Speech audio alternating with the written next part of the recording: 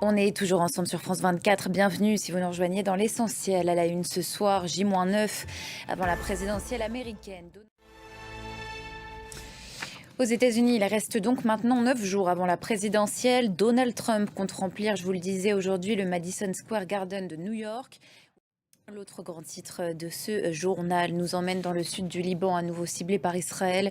Les frappes de ce dimanche ont fait 21 morts.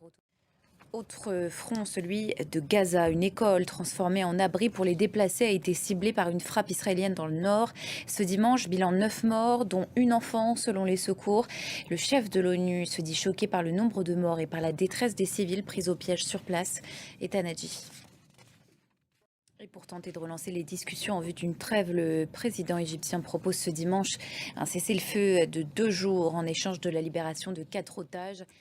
Aujourd'hui, en Israël, au moins une personne est morte et une trentaine blessée selon la police après qu'un camion a percuté une station de bus. On en vient à cette question. Y a-t-il eu des irrégularités dans le scrutin législatif d'hier en Géorgie? Le président du Conseil européen demande aujourd'hui aux autorités électorales de clarifier rapidement la situation au lendemain de législatives cruciales pour l'avenir européen du pays. Elles ont été remportées par le parti pro-russe au pouvoir, résultat contesté par l'opposition pro-européenne qui dénonce des fraudes et appelle à manifester dès demain lundi. On écoute Salomé Zourabichvili, la présidente de la Géorgie, qui fait partie de l'opposition. Voilà pour l'essentiel de l'actualité internationale. Restez avec nous sur France 24.